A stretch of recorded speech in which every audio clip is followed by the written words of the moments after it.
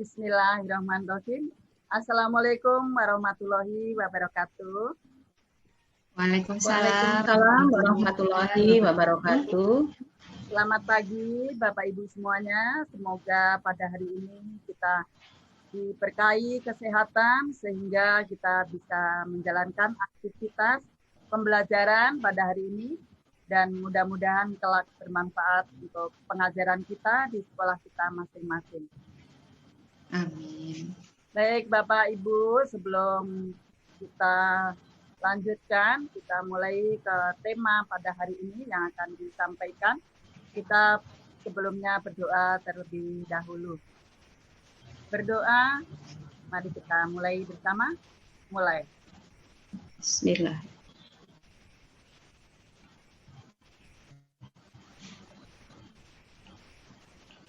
Selesai. Terima kasih Ibu-Ibu semuanya. Semoga doa kita diijabah oleh Allah SWT. Baik, Bapak. Amin. Amin ya Rabbal Alamin. Pada hari ini, kesempatan kali ini kita akan membahas tentang capaian pembelajaran. Namun sebelumnya, saya ingin bertanya kepada ibu-ibu semuanya bahwa pembelajaran yang lalu kita telah mempelajari tentang asesmen formatif dan asesmen sumatif. Ada yang suaranya kira-kira untuk memberikan gambarannya atau deskripsinya, silakan kepada Ibu Nini, silakan. Terima kasih Ibu Misratun dan ibu-ibu semuanya. Izin menyampaikan mengenai asesmen formatif dan asesmen sumatif. Itu merupakan bentuk asesmen yang ada dalam program Sekolah Penggerak. Di tahun sebelumnya, di kurikulum sekarang yang 2013, kita sebenarnya sudah menggunakan asesmen formatif dan asesmen sumatif. Hanya untuk kurikulum Sekolah Penggerak ini, asesmen formatif dan sumatif itu mempunyai porsi yang berbeda. Yang kita alami sebelumnya, asesmen formatif itu memiliki porsi yang lebih kecil, ya. Namun untuk kurikulum Sekolah Penggerak ini, penilaian atau sistem penilaian formatif itu sangat mendukung. Jadi mendapatkan porsi yang lebih banyak karena yang diutamakan dalam program Sekolah Penggerak ini adalah proses, ya, proses pembelajaran. Jadi kita bisa mengetahui di mana letak kekuatan atau kelemahan, kemudian kita bisa segera memperbaiki, yang pada akhirnya kita akan mendapatkan hasil yang diharapkan sesuai dengan tujuan pendidikan. Demikian Ibu, terima kasih. Terima kasih kepada Ibu Nini, luar biasa jawabannya, sudah dijelaskan. Apakah ada masih yang ingin menambahkan kira-kira dari ibu yang lain? Bu, capaian belajar ini kalau misalnya dulu masa kurikulum ke-13 itu apa tuh Bu namanya Bu? Oh, baik, ini ya berkaitan dengan yang kita persepsi tadi mengenai sumatif, ya, asesmen sumatif dan formatif. Baik, tentang capaian pelajaran akan kita bahas ini untuk berikutnya. Ya, saya menggarisbawahi kembali, maaf, sementara kepada Ibu Yul ya, pertanyaannya nanti akan kita jawab berikutnya. Akan kita tambahkan sedikit lagi tentang persepsi tadi yang sudah disampaikan oleh Ibu Nini bahwa formatif itu diberikan suara saya. Iya, baik. Sudah terdengar kembali, Bu. Ya. Saya tegaskan kembali, saya ucapkan terima kasih kembali kepada Ibu Nini tadi sudah menjelaskan. Hanya yang saya akan tambahkan bahwa formatif memang mempunyai porsi yang lebih besar daripada sumatif. Karena formatif ini mempunyai porsi 70%, sedangkan sumatif itu hanya 30%. Yang mempunyai fungsi masing-masing, bahwa formatif itu untuk menilai pada akhir pembelajaran setiap tema. Sedangkan untuk sumatif itu adalah pada akhir semester. Jadi terdiri dari beberapa tema.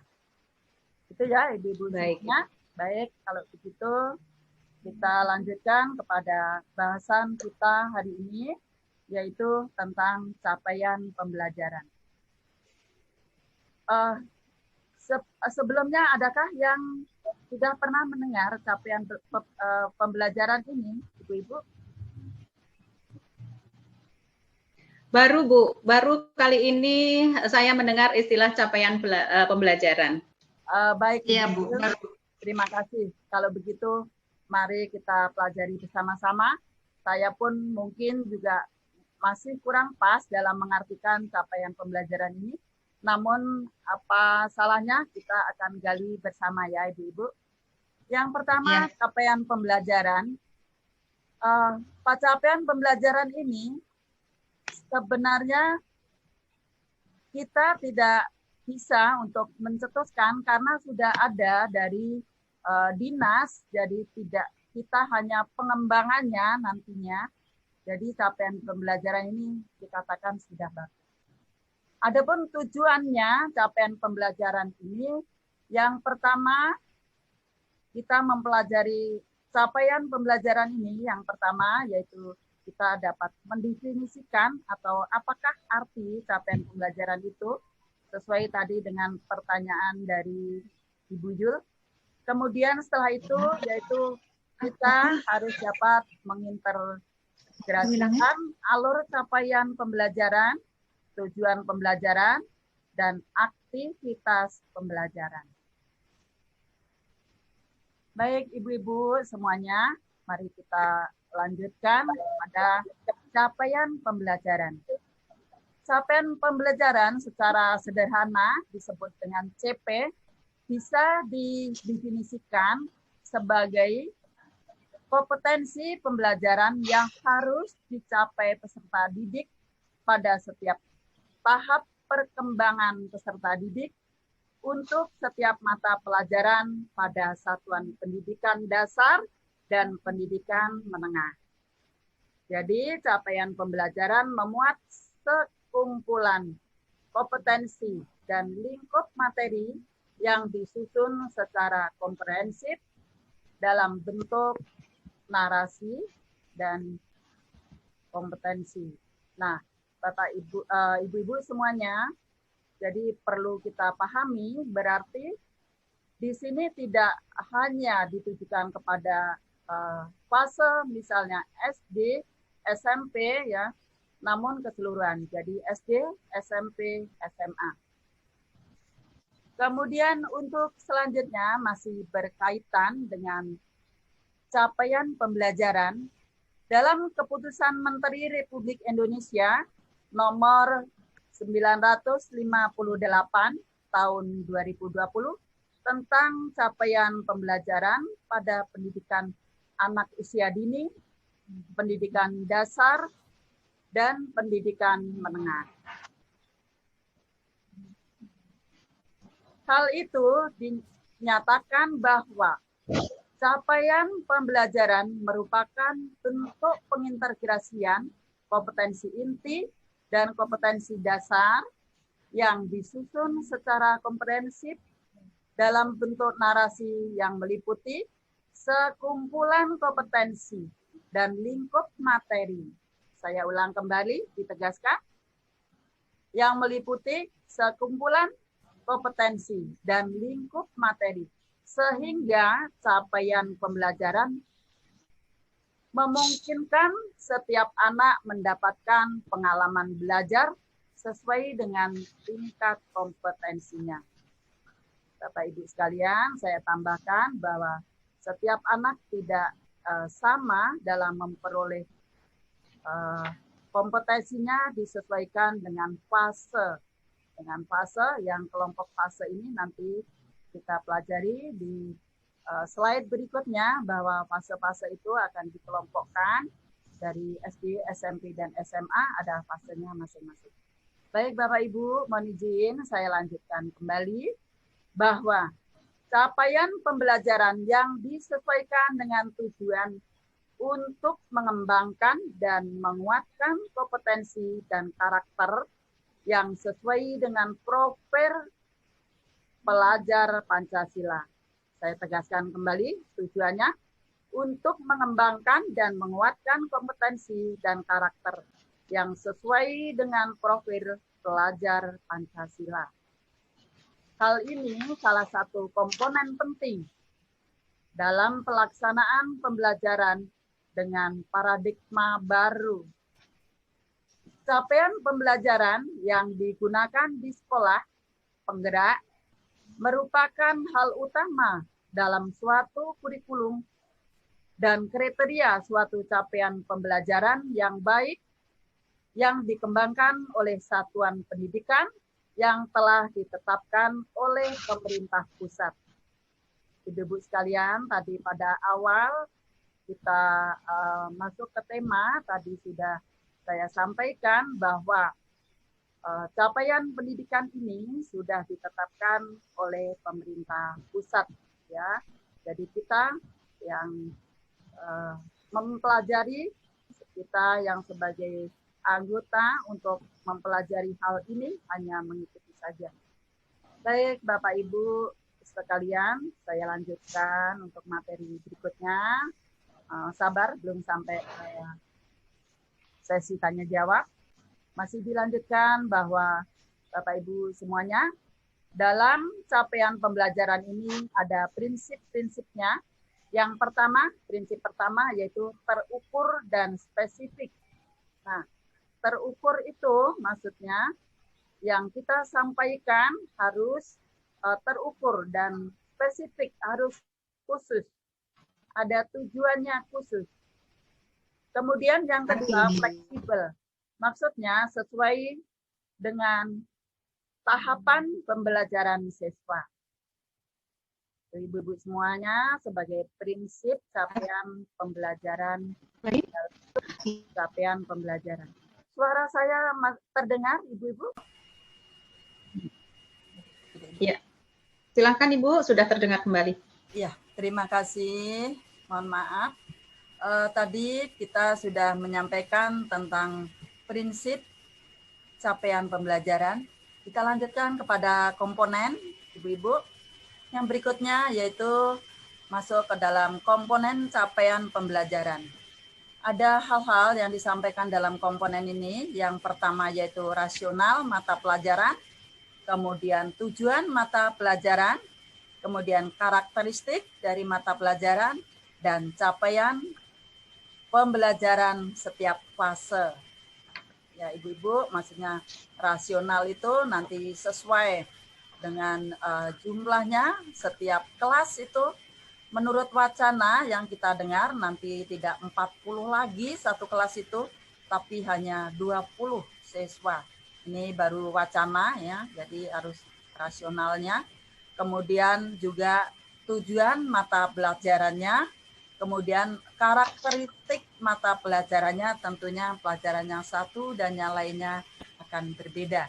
Kemudian yang terakhir yaitu capaian pembelajaran dari setiap fase itu akan dibedakan masing-masing dari nanti pengelompokannya fase 1 dan 2, 3 dan 4, dan seterusnya.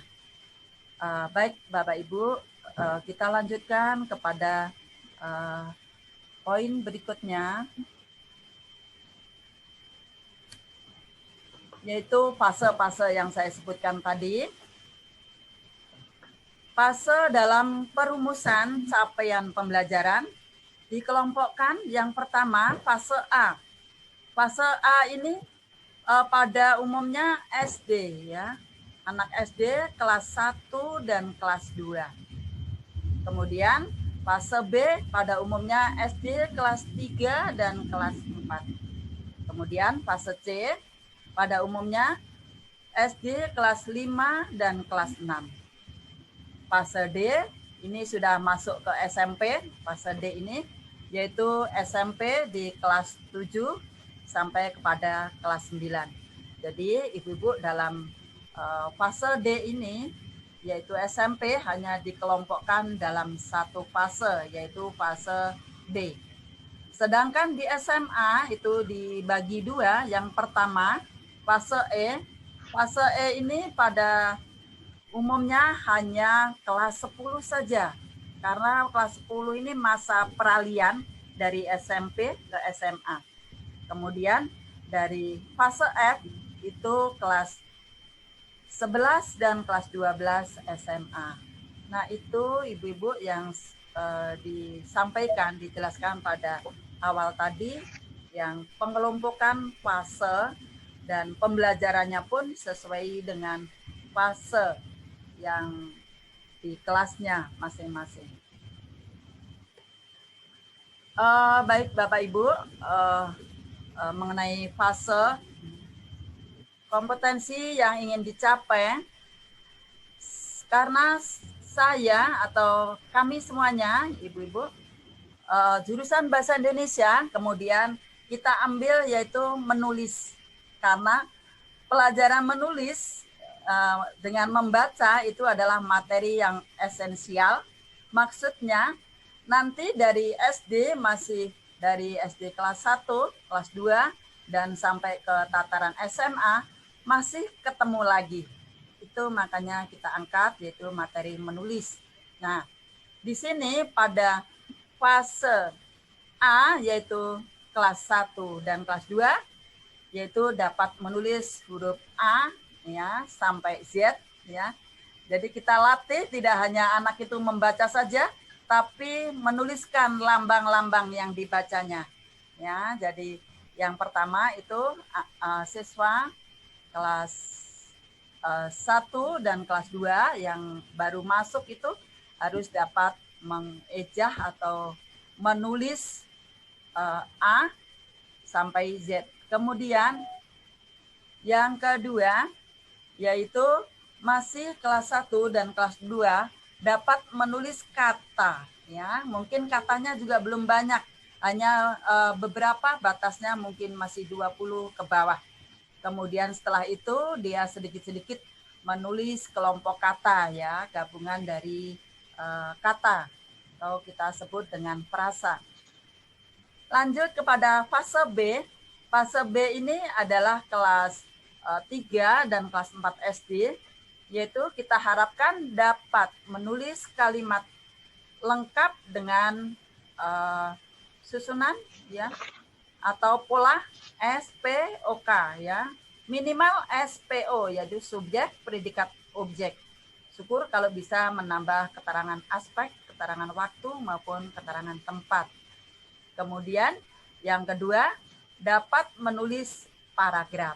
Nah, itu sudah berkembang, paragraf sama-sama menulis.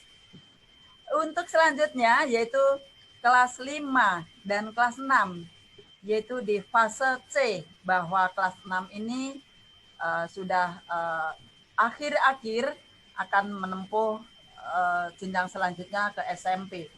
Kompetensi yang diharapkan dari fase C ini yang pertama, dapat menulis cerita dengan pengalaman sendiri. Nah, itu. Nanti kalau di kelas sudah SMA-nya biografi, jadi di sini disederhanakan saja, dapat menulis cerita dengan pengalaman sendiri. Kemudian yang kedua, dapat menulis cerita dengan pengalaman orang lain. Nah, apa perbedaannya? Kalau menulis cerita dengan pengalaman sendiri atau disebut biografi, autobiografi, itu biasanya anak-anak lebih cepat bisa karena dialami sendiri.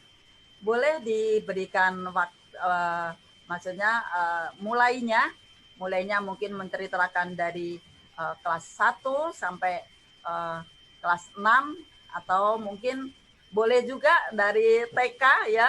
Kalau TK ini nanti jatuhnya kepada yang kedua, dapat menulis cerita dengan pengalaman orang lain. Karena harus dapat menggali dari orang tuanya, dari bapak ibunya. Karena dia tidak tahu persis pada waktu kecilnya, mungkin terlupa. Atau juga menulis pengalaman bapak ibunya, wawancara dengan bapak ibunya, bagaimana perjalanan bapak ibunya sampai berhasil. Nah, itu menulis pengalaman orang lain. Nah, itu Bapak, Bapak Ibu. Kemudian yang keempat itu yaitu kelas 7 sampai kelas 9. Dapat menulis laporan hasil pengamatan lingkungan. Nah, sudah berkembang. Ini sudah masuk ke fase D ini, yaitu SMP. Saya ulang kembali. Yang pertama, dapat menulis laporan hasil pengamatan lingkungan. Yang kedua, dapat menulis laporan hasil pengamatan, boleh ya, ini hasil perjalanan. Ya. Jadi hubungannya tadi dengan mereka mengamati lingkungan sekitarnya, apa saja yang menarik bagi mereka. Kemudian setelah itu ditulisnya dalam bentuk laporan, ya. Kemudian disajikan. Boleh nanti untuk selanjutnya mungkin karena sudah SMP boleh sampai kepada mungkin mempresentasikan. Kemudian yang kedua ini boleh saya tambahkan, yang kedua itu menulis hasil laporan. Kalau hasil laporan masih berhubungan dengan pengamatan lingkungan tadi. Kemudian kalau perjalanan, kenapa saya memberikan perjalanan? Maksudnya biar ada penulisan yang pertama secara non-fiksi, kemudian yang kedua fiksi. Nah, perjalanan ini tidak harus perjalanan yang sebenarnya, tapi kita boleh seperti kita nonton film Doraemon seolah-olah benar ya, padahal itu fiksi. Nah, seperti itu, Ibu-ibu. Kemudian Ibu-ibu berikutnya yaitu kita sudah menginjak ke SMA fase E. Nah, pada SMA semester 1 siswa diharapkan sudah bisa menulis hikayat, kemudian cerita rakyat atau cerpen. Mungkin kalau menulis hikayat mungkin masih agak sulit karena hikayat itu bahasanya memang untuk sulit agak dipahami. Cerita rakyat atau cerpen yang masih sederhana, boleh itu pada semester 1. Kemudian pada semester 2 diharapkan siswa dapat menulis autobiografi, jadi dengan pengalaman sendiri. Atau nanti kalau misalnya biografi boleh-boleh saja ya, jadi itu biografi. Kemudian yang terakhir yaitu fase F itu ada di kelas 11 dan kelas 12. Pada fase F ini diharapkan siswa dapat menulis proposal. Yang pertama proposal itu ada di kelas 11. Kemudian yang kedua siswa diharapkan dapat menulis karya ilmiah. Nah, berikutnya lagi untuk kelas 12, karena kelas 12 ini sudah ingin melakukan atau melaksanakan ujian akhir, maka kita beri untuk satu saja, diharapkan dapat menulis esai.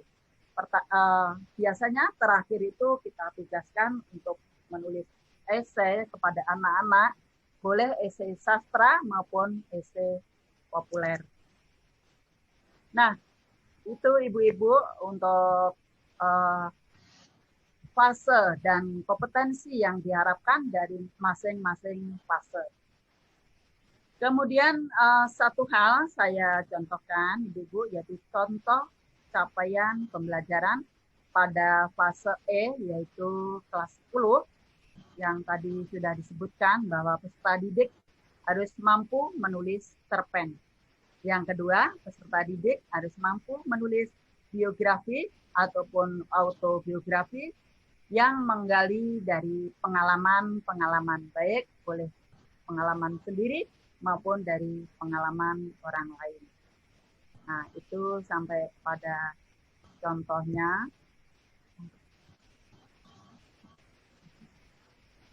Untuk selanjutnya, Bapak Ibu, demikianlah penyampaian materi dari capaian pembelajaran sampai kepada contoh-contohnya. Sekarang seksi diskusi, kita persingkat saja diskusinya. ya, karena pada pertemuan sebelumnya kita sudah pernah membahas tentang capaian pembelajaran ini. Untuk itu langsung saja sesi tanya jawab, kami persilakan kepada ibu-ibu, ya.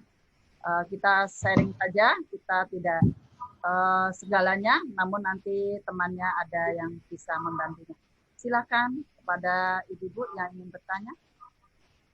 Ya, izin Ibu boleh silakan. Menyimpulkan barangkali ya. Menyimpulkan barangkali ya Ibu. Baik, untuk ya. Iya. Pertanyaan dulu, ada yang bertanya?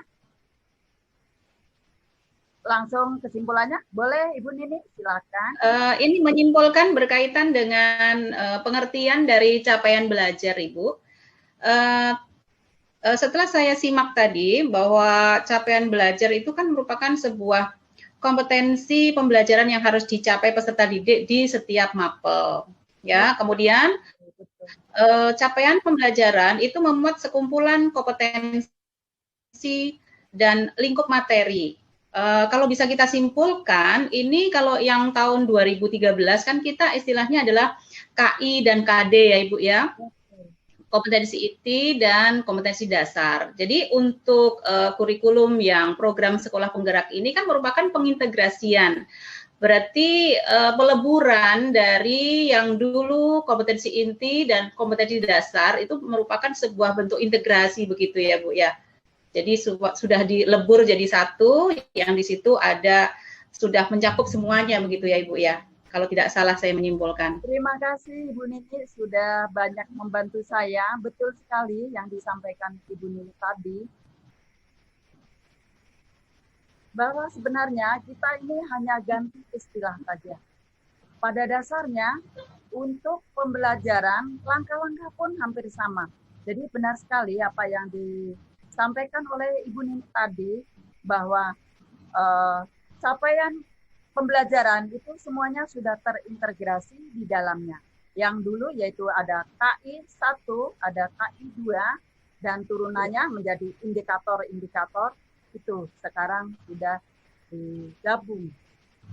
Terima kasih kepada Ibu Nini, luar biasa. Ya, sama-sama Ibu. Kepada ibu-ibu yang lain masih ada yang ingin menanggapi atau menambahkan?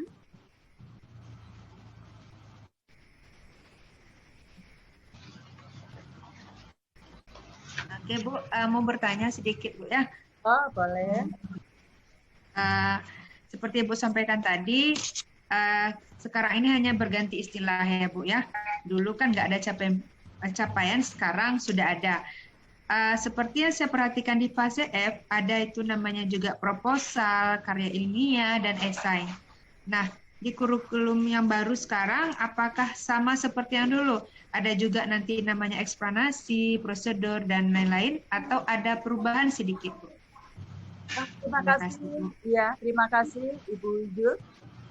Ada wacana, sepertinya ini kembali lagi kepada kurikulum KTSP, hampir mirip, yaitu bahwa nanti pembelajaran kita ini tidak seperti yang disampaikan proposal, karya ilmiah, tapi judulnya adalah ada membaca, menulis, dan menyimak. Nah, satu lagi ya membaca, menulis, menyimak. Masih ingatkah ya kita Bu dulu ya? Nah seperti itu. Jadi sesuai wacananya nanti di dalamnya juga masih ada lagi proposal, kemudian karya ilmiah. Ya. Namun temanya diringkas seperti yang dulu. Sepertinya Ibu Nini ingin menambahkan, silakan Ibu Nini. Iya, sepertinya tidak jauh berbeda ya Ibu ya. Teks, prosedur, eksplanasi itu kan merupakan sebuah keterampilan menulis juga ya Ibu ya. Keterampilan menulis juga, sepertinya tepat juga untuk di fase F ya Ibu ya. Seperti halnya menulis proposal. Hanya untuk, oh iya, kalau teks prosedur itu kelas 11 ya Ibu ya. Betul. Kelas 11 itu masuk di fase F ya. Kemudian teks eksplanasi juga masuk di kelas 11 semester 1. Jadi masuknya di fase F. Sepertinya itu masih sama ya Ibu ya, termasuk dalam sejenis proposal juga masuk di situ. Terima kasih. Betul Ibu Nini, terima kasih atas tambahannya. Ya, seperti yang saya sampaikan bahwa di dalamnya itu masih ada seperti yang disampaikan oleh Ibu Jul tadi, ada karya materia, ada proposal, misalnya teks prosedur dan seterusnya. Hanya temanya itu dikembalikan sesuai wacana, yaitu yang temanya judulnya ada membaca, kemudian menulis, menyimak. Jadi dikerucutkan. Jadi di dalam membaca, menulis, menyimak, terdapat di dalamnya ya materi-materi itu. Sesuai perkembangan wacananya, mungkin kalau ada perubahan, sesuai wacana yang saya dapatkan kemarin gitu. Baik Ibu-Ibu, rupanya makin seru. Masih ada tanggapan lain? Bu Miss, Hervina mau menanyakan sesuatu, Bu Hervina? Oh, silahkan. Melalui chat kalau nggak bisa disampaikan. Terdengar suara saya, Bu? Ya, silakan. Saya sedikit saja bertanya. Silakan. Ini gangguan saya nggak bisa masuk. Ini mengenai keterampilan proses, Bu. Kalau kita ketahui kalau keterampilan proses itu sama dengan keterampilan saintifik, ya kan? Di keterampilan proses itu kita mungkin mencakup tentang pengamatan, mempertanyakan dan memprediksi atau merencanakan melakukan penyelidikan terhadap proses pembelajaran yang kita lakukan dan juga menganalisis data dan informasi. Terus terakhir kita mengevaluasi dan merefleksikan. Terakhir kita mengomunikasikan. Bagaimana pandangan Bapak Ibu dalam keterampilan proses ini? 5M ya. Baik, terima kasih Bu Hervina. Pertanyaannya, setelah diberikan deskripsi tadi, yang ditanyakan adalah keterampilan proses. Nah, proses ini apakah yang dimaksud dengan teks prosedur mungkin? Masuk di dalamnya? Ya, boleh. Ya, dalam teks prosedur tentunya kalau pada awal ya dulu prosedur itu adalah eksposisi. Namun akhirnya prosedur itu dibagi ada prosedur proses ya, ada prosedur yang lainnya. Jadi prosedur banyak cara. Ya, itu ya Bu ya. Jadi itu ke pengintegrasian di dalamnya. Jadi itu materi tentang teks prosedur atau proses. Bisa saja nanti kepada siswa dicontohkan kalau pada semester awal itu prosedur dicontohkan yang ringan-ringan saja. Misalnya cara mengoperasikan komputer. Misalnya cara kalau masih tingkat SMP meminum obat. Nah, itu prosedur ya tadi. Bagaimana Bu Hervina?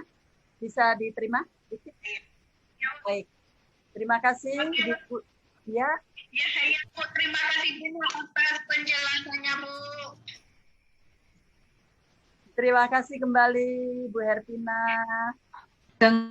Jadi pertemuan kali ini tentang capaian pembelajaran, mudah-mudahan pada pembelajaran hari ini, mudah-mudahan bermanfaat dan nantinya kita dapat terapkan di sekolah kita masing-masing. Minimal kita dapat menerapkan pengajaran yaitu dengan pengajaran yang kurikulum yang berbasis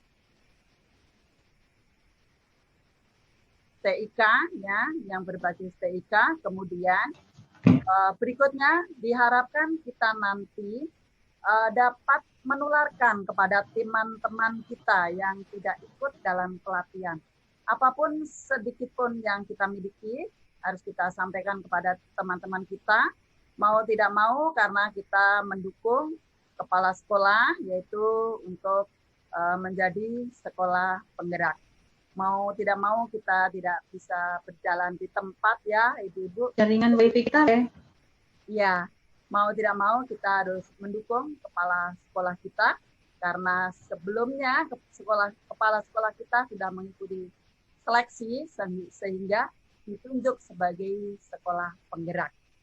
Ya, itu harapan kita bersama. Baik ibu-ibu semuanya, demikian pertemuan pada hari ini, mudah-mudahan dapat bermanfaat. Ada kurang lebihnya dari saya, mohon dimaafkan. Untuk pertemuan berikutnya nanti yaitu kita akan review tentang video ya untuk selanjutnya. Baik, kami akhiri pada pertemuan hari ini dengan mengucapkan wassalamualaikum warahmatullahi wabarakatuh. Waalaikumsalam warahmatullahi wabarakatuh.